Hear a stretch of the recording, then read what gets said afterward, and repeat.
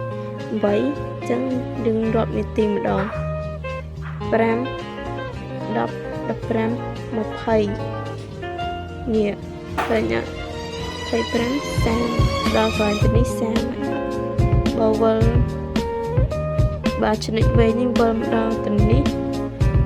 ចូលដល់ម៉ោង8ច្រឡំចូលដល់ម៉ោង9អីដល់កម៉ោងអ្នកនេះបានហើយណៅគ្នាចេះមើលអត់